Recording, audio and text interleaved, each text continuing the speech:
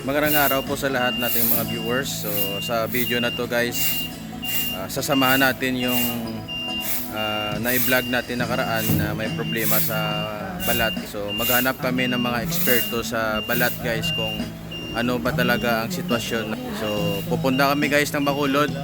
Maghanap kami ng mga espesyalista sa balat kung ano ang kanyang kalagayan. So gamit ng chariot na to, so samahan natin para magpa-check up sa doktor. So guys, arita subong sa balay ni Cap Noel, no. So thank you gid Cap sa dugang mga suporta pamagi sa pag bakal sang bulong sang pasyente nga ginopda naton subong. So Cap, thank you gid.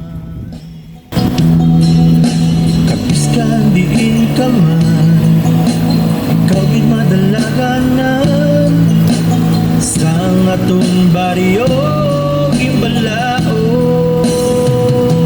Mapagabi mapanaw, wala untad sa paglagaw, mahatag lang ang ako niya serbisyo. Mapalanggaw na tao, mapinuligong sa bigado, mahatag lang ang ako niya serbisyo.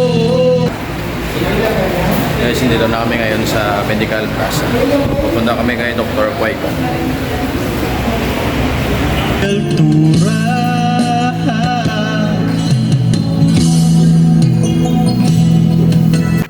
Dito na kami guys kay Dr. Quayco, Clinical Cosmetic Dermatology.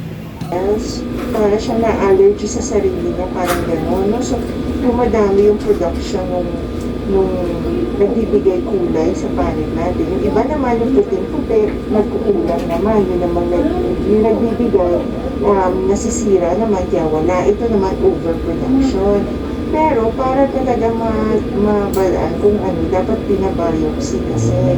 Yung biopsy, kukuha ng sample, tapos ipapalaboratory natin.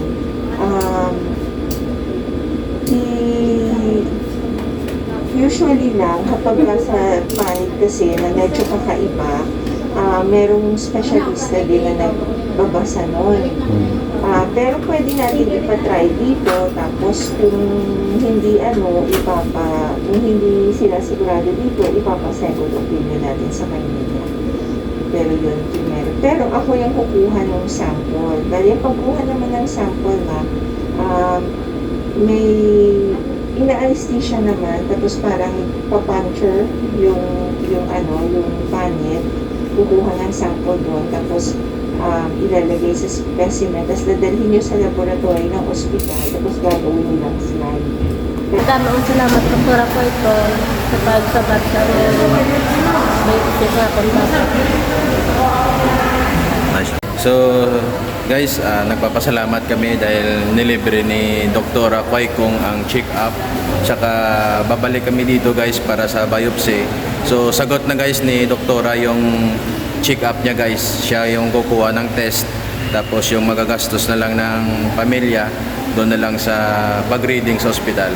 So thank you gid Doktora Quayco sa napakabuti niyo pong doktor. So napakalaking bagay din po sa pamilya dahil sa kawalan din ng budget nila. So nagpapasalamat sila at napakalaking blessing to para sa kanila.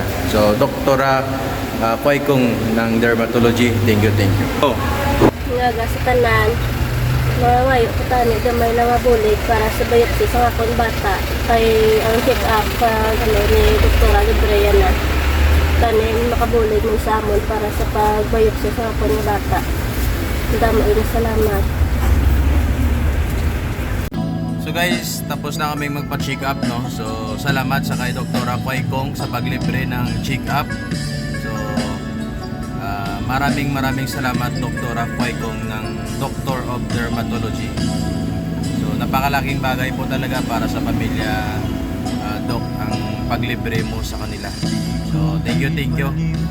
And guys, so babalik kami guys para sa biopsy. So sagot na rin guys ni Dr. Quayco yung pag-test saka yung check-up. So ang magagastos na lang ng pamilya guys, yung pag-reading na lang sa hospital. So nasa 3,000 din.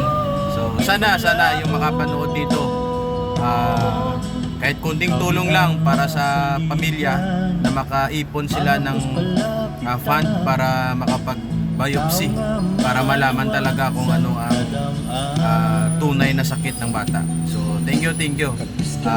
Please guys, share guys, paki-share ng video na to. Kahit sa pag-share na lang, napakalaking tulong na po yan.